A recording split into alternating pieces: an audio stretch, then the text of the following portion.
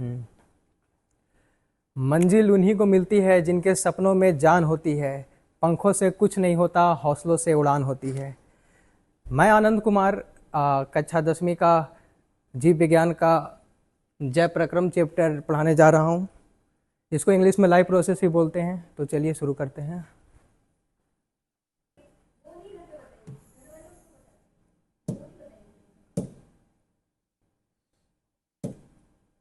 हाँ, तो जय प्रक्रम उसे बोलते हैं। इसमें होता ये है कि जो हमारे शरीर के अंदर बहुत सारी प्रक्रियाएं चल रही है जो हमारे जीवन को बचाए रखती है, उसमें उसको हम इस पाठ में पढ़ने जा रहे हैं। और अगर ये क्रियाएं नहीं हो तो हम जीवित नहीं रह पाएंगे। तो चलिए देखते हैं कौन कौन सी वो क्रियाएं हैं जो जो हमारे जीवन को जीवित रखती है। हाँ, तो देखिए, जैसे कि हम लोग भोजन करते हैं, तो भोजन करने के बाद ये हमारे शरीर में जाता है और शरीर में जाने के बाद छोटे छोटे भागों में बंट जाता है। इसके बाद होता ये है कि इससे हम एनर्जी उत्पन्न करते हैं, मतलब इससे हमको एनर्जी मिलता है। उसके बाद ये जो छोटे छोटे मतलब भोजन के पार्टिकल हैं, इसको एक पार्ट से दूसरे अंगों में, मतलब विभिन्न विभिन्न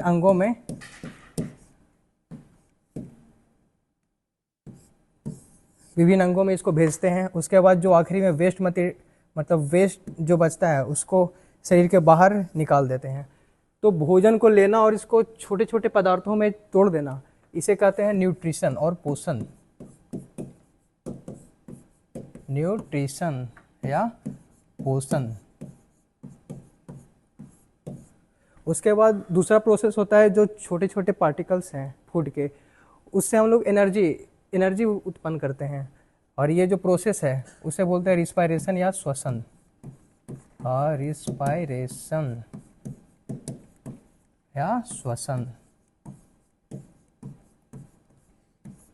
उसके बाद जो पार्टिकल हैं, मतलब इसको एक जगह से शरीर के अन्य अंगों में भी भेजते हैं।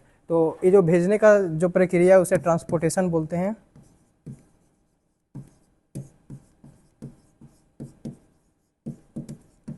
और उसके बाद जो लास्ट में जो वेस्ट प्रोडक्ट बचता है उसे अपने शरीर से बाहर निकालते हैं, और ये जो सिलसिला है इसे बोलते हैं उत्सर्जन और एक्सक्रीशन।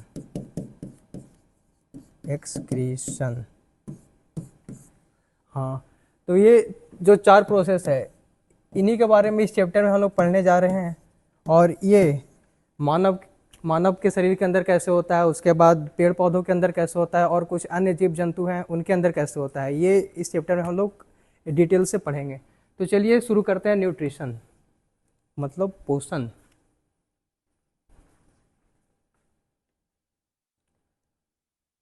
हाँ,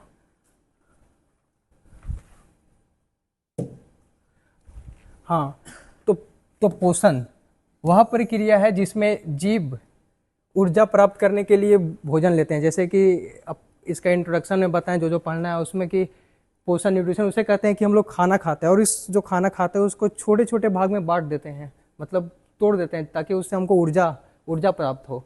तो उसी प्रोसेस को बोलते हैं पोषण। ठीक है। और यह भोजन शरीर की वृद्धि, मरम्मत और अन्य कार्य, मतलब अन्य जो कार्य है शरीर के, उसके लिए ऊर्जा प्रदान करती है। इसके बाद पोषण के प्रकार यह 2 तरह का होता है। जो न्यूट्रिशन होता है वो 2 तरह का होता है। एक होता है स्वपोषी पोषण, जिसको इंग्लिश में ऑटोट्रोपिक न्यूट्रिशन भी बोलते हैं, और दूसरा होता है परपोषी पोषण, जिसको हेटरोट्रोपिक न्यूट्रिशन भी बोलते हैं।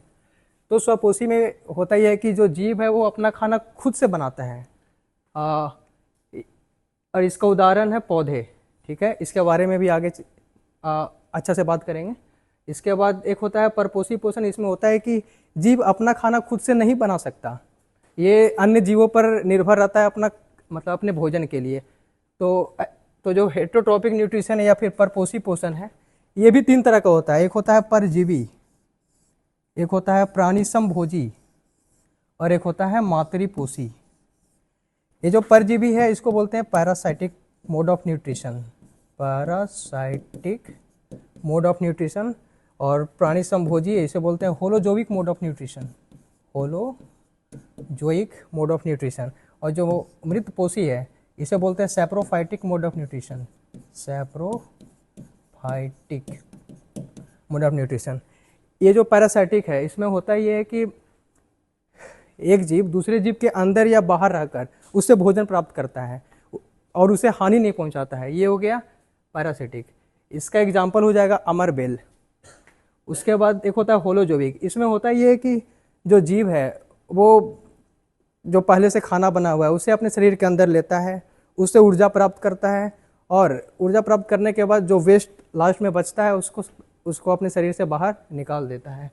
तो इस तरह का जो न्यूट्रिशन है, पोषण है, उसे बोलेंगे प्राणी संभोजी पोषण। एक होता है मृतपोषी पोषण।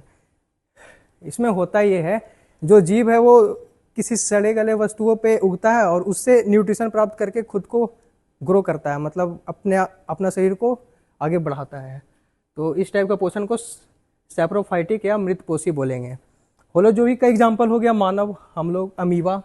और जो सैप्रोफाइटिक है इसका एग्जाम्पल हो गया मशरूम। एक फोटो है, देखते हैं।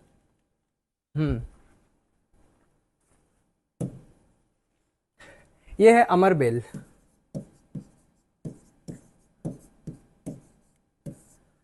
इसमें आप लोग देख सकते हैं कि ये पेड़ है और इसके जो स्टीम है, टहनियाँ हैं, उसके चारों ओर गोल गोल करके जो अमर बेल है वो लगा हुआ है। और इससे क्या करता है, ये खुद खाना नहीं बनाता, लेकिन ये जो हरा पेड़ है जो खाना बना रहा है इससे खाना लेता है और अपने आप को आगे बढ़ाता है। और ये हो गया मशरूम। ये सड़े गले चीज़ों पे उगता है और वहाँ से अपना न्यूट्रिशन लेकर ग्रो करता है।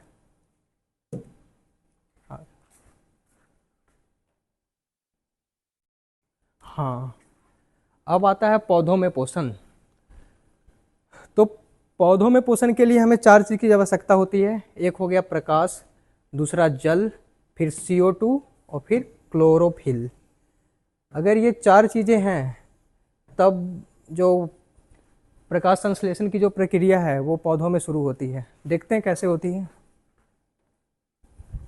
सबसे पहले होता ये है कि मान लीजिए ये हमारा पौधा है,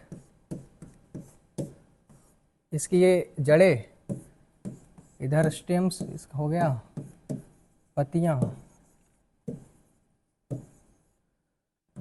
अगर एक इसके पत्ती को बनाए तो कुछ इस टाइप से बनेगा। सबसे पहला हो गया। और मान लीजिए इधर सुबह का समय है, तो दिन का समय है, तो सूर्य उगा हुआ है। तो होता ये है कि सबसे पहले जल, तो जल, सनलाइट मतलब सूर्य का प्रकाश, क्लोरोफिल और एक और था जल, सनलाइट, क्लोरोफिल और इसके बाद CO2 जो कि हमें वातावरण से मिलता है। हाँ, तो होता क्या है, जल जो है वो अपने जो इसका रूट होता है वहाँ से, ये मतलब ज़मीन से पेड़ क्या करता है कि पानी खींच लेता है और अपने पत्तियों में लेकर आ जाता है। तो जल तो मिल गया हमें। उसके बाद सनलाइट। तो सनलाइट जब दिन का समय होता है तो सूर्य से हमें सनलाइट, मतलब इसे सनलाइट मिल जाता है, सनलाइट भी हो गया।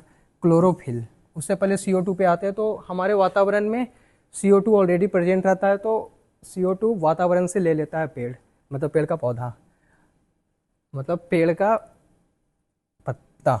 हाँ, अब आते हैं। अब क्या होता है, जो हमारे पत्ते हैं, मतलब पेड़ के पत्ते हैं, जो पेड़ के पत्ते हैं, इसमें होता है क्लोरोप्लास्ट,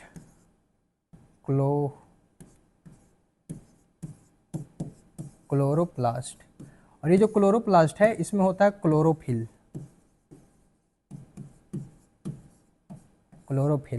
ये जो क्लोरोफिल है ना, ये जो पत्तियों का रंग हरा होता है उसके लिए रिस्पॉन्सिबल होता है।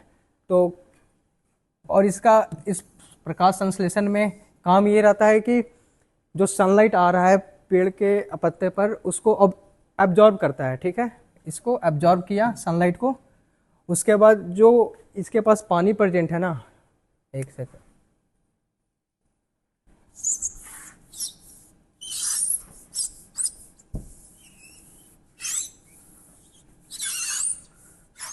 हाँ पत्ता है इसमें ऑलरेडी H2O प्रेजेंट है, और ये वातावरण से CO2 ले चुका है, और ये सारी प्रक्रिया हो रही है क्लोरोप्लास्ट में जहाँ क्लोरोफिल प्रेजेंट है। तो क्या होता है, जो सनलाइट है वो सबसे पहले H2O के पास जाता है, उसके बाद इसको इसको तोड़ देता है हाइड्रोजन और ऑक्सीजन के एटम्स में, ठीक है, हाइड्रोजन ऑक्सीजन के एटम।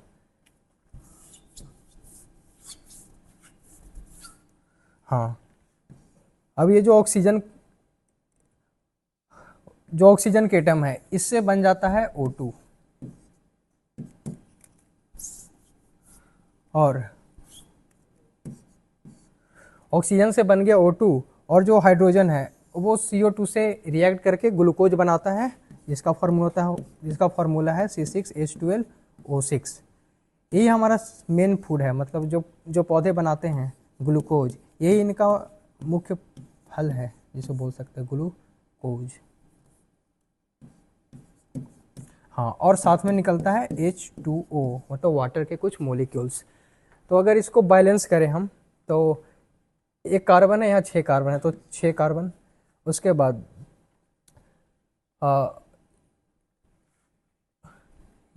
ये 6 हो जाता है, 12 H2O के मोलिक्यूल लेते हैं, और 6 ये। अब देखें तो हाइड्रोजन कितने हो गए, 24, इधर भी 6 दूनी 12 और 12 24 हो गए।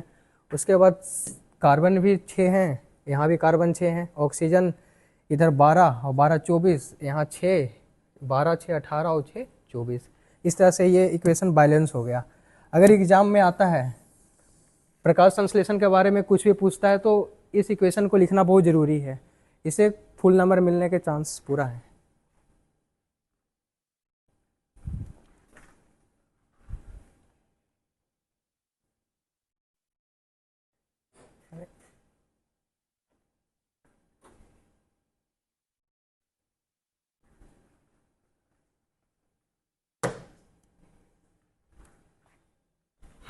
तो ये हुआ प्रकाश संश्लेषण, जो कि जिसको इंग्लिश में फोटोसिंथेसिस बोलते हैं। ये पौधों में ऐसे होता है।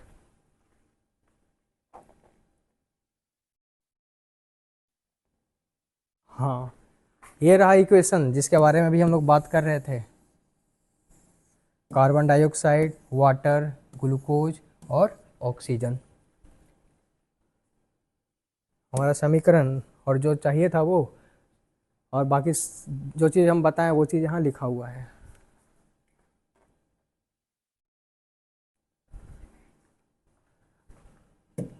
अब आते हैं अमीबा में न्यूट्रिशन कैसे होता है, अमीबा में पोषण कैसे होता है।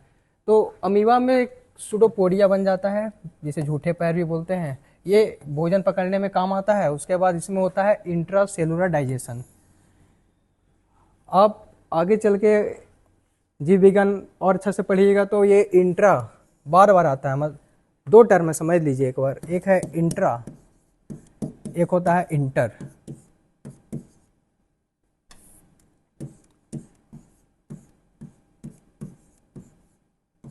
इंटर, इंट्रा और एक इंटर। हाँ, जो इंट्रा है इसको एक एग्जांपल से समझाते हैं। मान लीजिए कोई कंपटीशन हो रहा है आपके कॉलेज में या स्कूल में, तो अगर इंट्रा स्कूल कंपटीशन है, इसका मतलब कि जो कंपटीशन है वो स्कूल के जो बच्चे हैं उन्हीं के बीच है। लेकिन अगर इंटर स्कूल कंपटीशन है, इसका मतलब कि 1 2 3 मतलब बहुत सारे स्कूल हैं जो पार्टिसिपेट कर रहे हैं, और अलग अलग स्कूल के बच्चों के बीच कंपटीशन हो रहा है। तो यही मतलब होता है इंट्रा और इंटर में। तो यहाँ देखिए इंट्रा सेलुलर है, मतलब जो सेल है, कोशिका है, उसके अंदर, कोशिका के अंदर ही हो रहा है, इसमें एक ही कोशिका इन्वॉल्व है। लेकिन अगर इंटर होता तो एक से ज़्यादा कोशिकाएं इन्वॉल्व होती। चलिए अब आगे देखते हैं।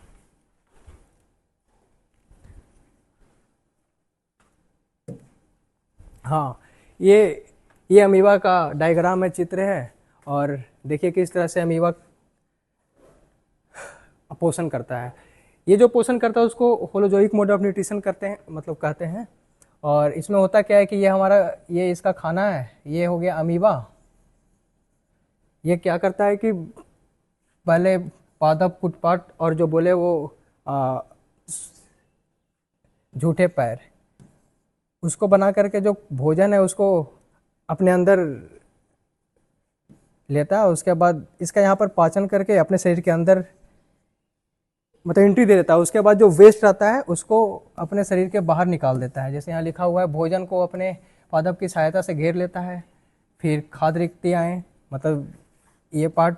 उसके बाद खाद्य रिक्तियाओं में जटिल पदार्थ व विघटन सरल पदार्थों में किया जाता है। फिर बचा हुआ अपच कोशिका, मतलब ये है। उसके बाद ये, ठीक है।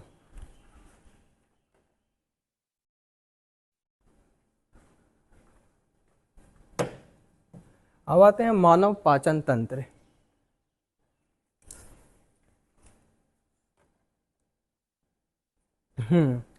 तो मानव पाचन तंत्र जो है,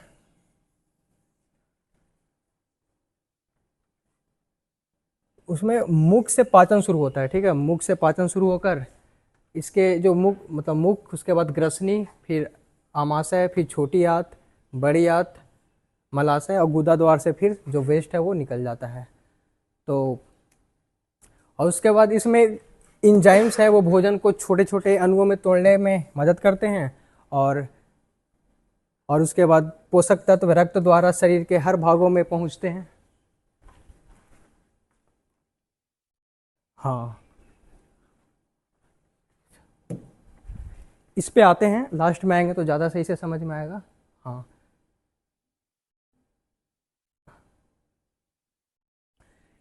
इससे पहले आप लोग को सिखाते हैं कि जो ह्यूमन डाइजेस्टिव सिस्टम है उसका डायग्राम कैसे बनाएं। तो देखिए, बहुत ही सरल तरीका है, ज़्यादा कुछ नहीं करना है। इस तरह से एक एक एक चेहरे के आकार देखते हुए इसे बनाना। उसके बाद कुछ इस तरह से, इस तरह से कीजिए। उसके बाद अमाशय यहाँ बन जाएगा,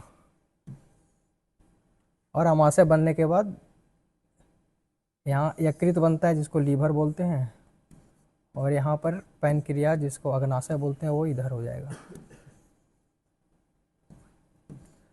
और उसके बाद बड़ी आंत के लिए यहाँ इस तरह से,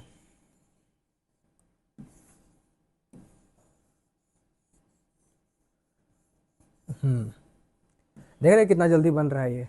और उसके बाद छोटी आंत इसमें बना देते हैं।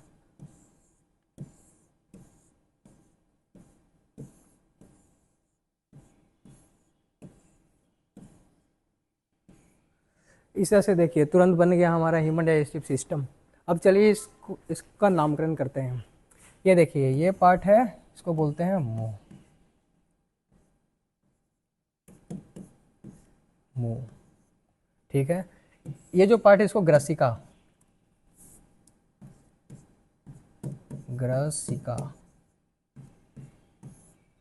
और इसके बाद ये हो गया हमारा अमाशय, अमाशय। और ये जो पार्ट है इसको बोलते हैं लीवर या यकृत। हिंदी में यकृत, इंग्लिश में लीवर। और ये जो पार्ट है इसको अग्नाशय या पैनक्रियाज बोलते हैं, अग्नाशय।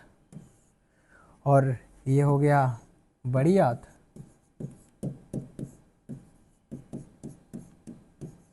और ये छोटी आंत,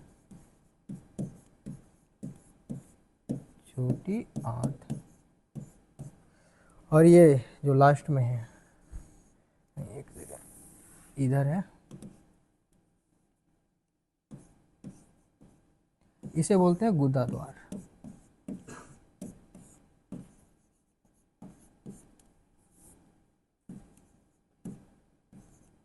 हाँ, राइटिंग अच्छा नहीं लग रहा है तो एक और है फ्रेश पेज में, वो दिखा दे रहे हैं, लेकिन इस तरह से आप आसान तरीका से बना सकते हैं। ये है,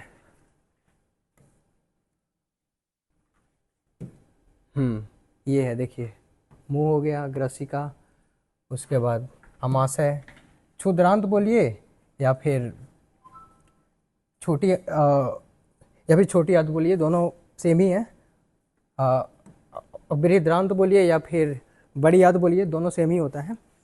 उसके बाद इस तरह से गुदा द्वार से लास्ट में फूड निकलता है। अब चलिए जानते हैं कैसे होता है ये पूरा प्रोसेस एक एनिमेशन की मदद से। ध्यान से देखिएगा। ये देखिए, पहले भोजन किया, फिर भोजन धीरे धीरे ग्रसिका से होते होते अमाशय में अम्ल और भी काफ़ी चीज़ें रहती है जिसके बारे में बताएंगे। एक बार देख लीजिए अच्छा से, एक बार फिर चलाएंगे इसको। फिर फिर देखिए खाना इस तरह से छोटी आंत से होते होते जा रहा है बड़ी आंत में, फिर बड़ी आंत से पास हो रहा है और आखिर में गुदा द्वार से बाहर निकल जाता है।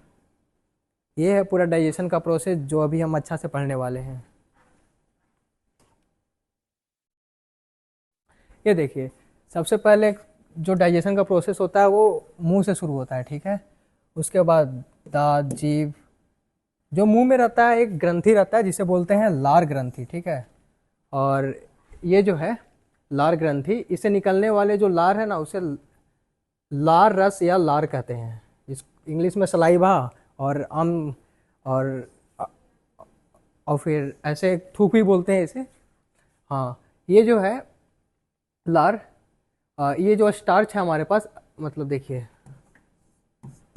स्टार्च जो खाना में प्रेजेंट रहता है उसको, स्टार्च नहीं, शुगर में जो स्टार्च रहता है उसको माल्टोस में कन्वर्ट करता है और इसमें रहता है अमाइलेज एंजाइम।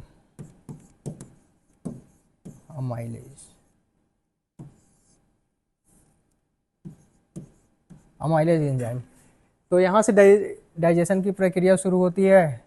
उसके बाद भोजन ग्रसिका में जाती है। यहाँ पर होता है एक पेरिस्टाल्सिस मूवमेंट या क्रामाकुंचन गति।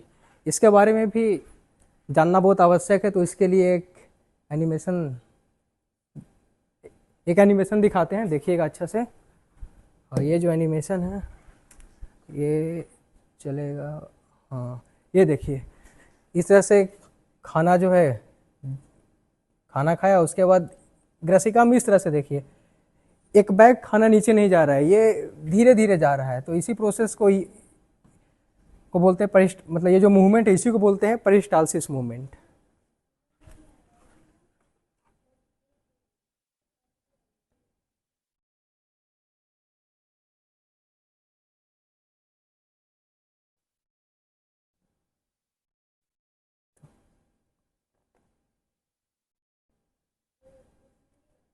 हाँ, इस तरह से पेरिस्टाल्सिस मूवमेंट के मदद से भोजन ग्रसिका से फूड नीचे जाते हुए अमाशय में पहुंचता है और अमाशय में